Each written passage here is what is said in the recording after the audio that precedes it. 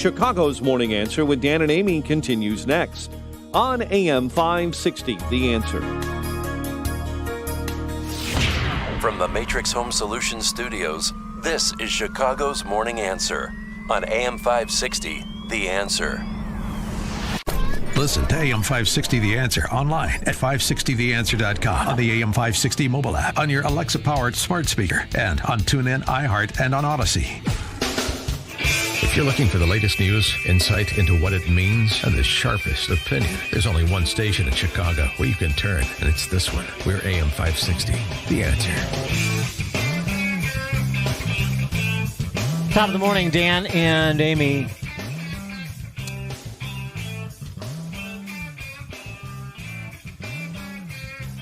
I pencil.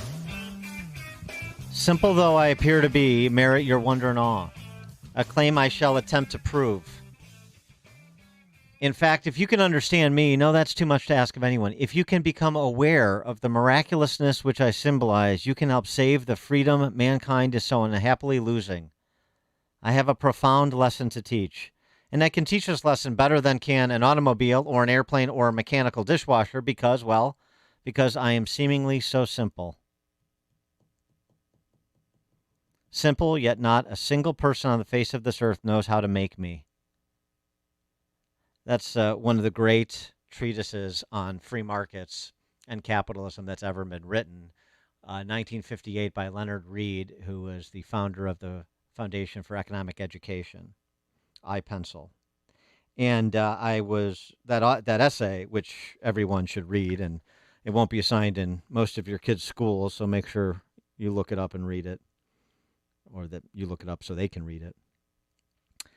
It was the essay came to mind when reviewing this book from Wall Street Journal tech columnist Christopher Mims about Amazon.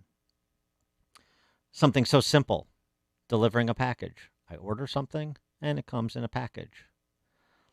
But like the pencil, is there a single person on the face of the earth that knows how to set up the supply chain rather than, make me, as in the case of the pencil? The book, Arriving Today, From Factory to Front Door, Why Everything Has Changed About How and What We Buy. Arriving Today, From Factory to Front Door, about Amazon, mainly. Christopher Mims joins us now. Christopher, thanks for joining us. Appreciate it. Yeah, appreciate you having me on. Something so simple as I, click on a button to order food for my dog, and then tomorrow I get a notice that it's arrived. What's so fascinating about that it warrants a book? Well, it turns out that, pretty much everything that you own, came to you on generally a 14,000-mile, 2-month journey. And the reason you were able to click on a button and get it the next day or in a couple days was a lot of artificial intelligence, so-called predictive analytics, knew you were going to buy it or somebody like you was going to buy it and had it ready and waiting for you the moment you clicked on that button. But the journey to you is incredibly long. It's surprisingly exciting at various points. It involves hundreds of people, thousands of machines, many of them operating in places and in ways that none of us ever get to go or get to see. So there's this whole kind of giant, mysterious infrastructure moving goods to us. It's sort of an internet of stuff.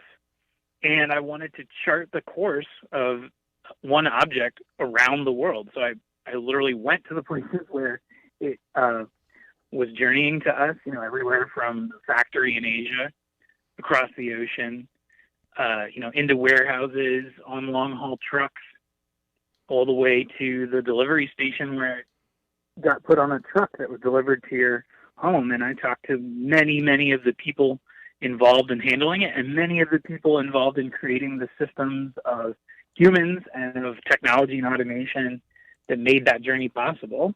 So for me, it was a fascinating journey. It was, around the world in, something less than 80 days.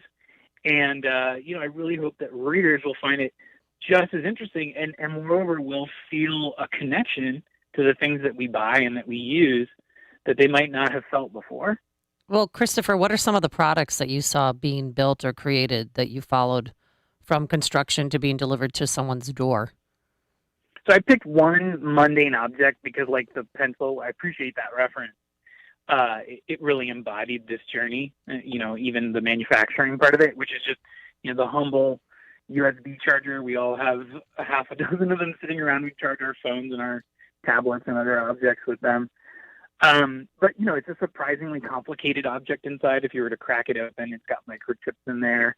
So, any place that can make something like that is well on its way to making more complicated things like cell phones. And that's what I discovered in Vietnam when I started the journey. A lot of the things that we think are made in China are actually made in Southeast Asia and in South Asia. And, every Samsung smartphone is made in Vietnam. Your AirPods, if you have them, are made there. Pretty soon, other types of Apple devices will be made there. And, it's an amazing, dynamic country. I could have started in Thailand. I could have started in India. They're all kind of up and coming as manufacturing hubs. But, where I really started was the port, where all of those things get put into shipping containers. On the day that I was there, I didn't know it, but the pandemic was just breaking out in Wuhan, China. And so I was watching, containers full of goods that people would soon be panic buying being loaded onto these massive ships as big as skyscrapers. Everything from PPE to all of the goods that we bought so we could work from home or teach our kids remotely. And, then they journey across the ocean, and that's really where the journey began. It seems like Amazon's supply chain is more resilient or invulnerable to disruption than a lot of other industries that ship a lot of products. Nobody does on the scale of Amazon, but industries that have huge complicated supply chains like Amazon does. What is unique about Amazon's supply chain and the infrastructure it's built that provides more insulation from disruption than other industries, manufacturing and the like? Well, Amazon is a lot more varied in how it sources goods because, of course, more than half of what is sold on Amazon is not sold by Amazon. It's sold by so-called Amazon marketplace sellers. That's a very deliberate decision on the part of Amazon. So, if one seller doesn't have it, maybe another does. Of course, that didn't stop, systematic shortages early in the pandemic. Like, we can all remember when Amazon was limiting the number of rolls or boxes of toilet paper you could order from Amazon.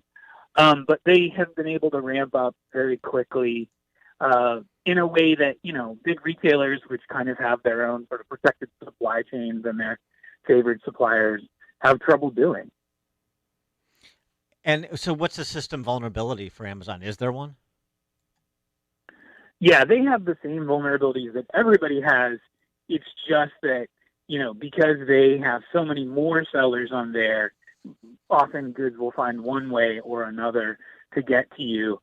I think Amazon's big challenge right now, frankly, is that they have become so popular. The amount that people are buying from Amazon is up like 50% in the past year or something like that, that they can no longer rely on carriers like FedEx, and which they ditched, of course, and UPS to do all their last mile deliveries. That's why you see so many of those Amazon branded trucks all over the place, or if you're in Chicago or New York City or other big cities, sometimes they're not Amazon branded. It's just folks hauling boxes, to your building. So their vulnerability there is that they just need to hire, they need to grow so quickly. So it's the same vulnerability that everybody has right now in terms of, supplying the record demand for e-commerce that we have now, because of course, habits have changed throughout the course of the pandemic, and people are buying more stuff online than ever, and we have to build the infrastructure to make that happen. And now you can get grocery. If you go online, you can get groceries in 2 hours delivered to your front door via Amazon. You can, and if you're in Philadelphia or one of the other cities served by GoPuff or one of these other upstarts, there's this new phenomenon called Instantaneous Delivery. You can get those groceries in 15 minutes.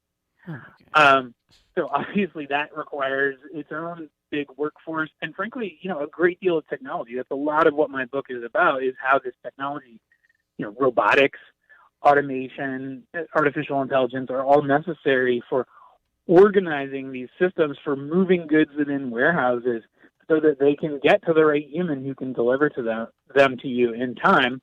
And of course, eventually, and in some places this is the present, you're going to have more and more automated delivery. If you live in Milton Keynes in the UK or certain places of Washington, D.C. or on a college, any one of a couple dozen college campuses in the U.S. right now, you can get a robot to deliver those goods to you. Yeah. It has 6 wheels and it's the side of a big remote-controlled car, but, it's not too far off before we're going to have fully automated ones like Neuro, which does grocery deliveries in Houston. That's a car-sized automated delivery vehicle. Yeah, that's what I was where I wanted to go too, is get your sense of where the technology is in terms of eclipsing the manpower problem. So you have a technological solution and you have a system administrator, and you don't need the at least locally, you may still need over-the-road truck drivers, but you don't need a huge employee base for delivery in particular regions. Yes, it would be absolutely true if everything were standing still and we weren't all demanding everything faster and more deliveries. You could use automation to reduce the amount of humans involved. But the truth is, we love this convenience so much, and it's coming to us at an affordable price, and we're all using more of it in a way that actually logistics and warehousing is just sucking up more and more workers, because no matter how many robots and how much automation we add, we just consume more of this good rather than taking ourselves to stores any longer. And that means you need more and more robots. You need more and more humans, too. You look at the latest labor report, the things that were up were manufacturing and logistics. The things that were down were, hospitality. Right. Well, and the report just last week, Amazon hiring 125,000 people. So to your point, Christopher Mims, technology columnist, Wall Street Journal, the book just released, Arriving Today from Factory to Front Door, Why Everything Has Changed About How and What We Buy. Christopher Mims, thanks for joining us. Good luck with the book. Thank you so much for having me. Thank you. And he joined us on our turnkey.pro answer line. This is the morning show more Chicago radio listeners are choosing. This is Chicago's Morning Answer on AM 560. The Answer. We've all heard it. Eat healthy. But what does eating healthy mean? Experts agree that we should eat a diet rich in fruits and vegetables. The natural energy contained in whole fruits and vegetables is the perfect fuel to power the cells in your body, giving you the stamina you need to handle your day-to-day activities. That's what Balance of Nature is, whole fruits and vegetables delivered to you in a convenient capsule form. Our proprietary blend has no additives or fillers, just the full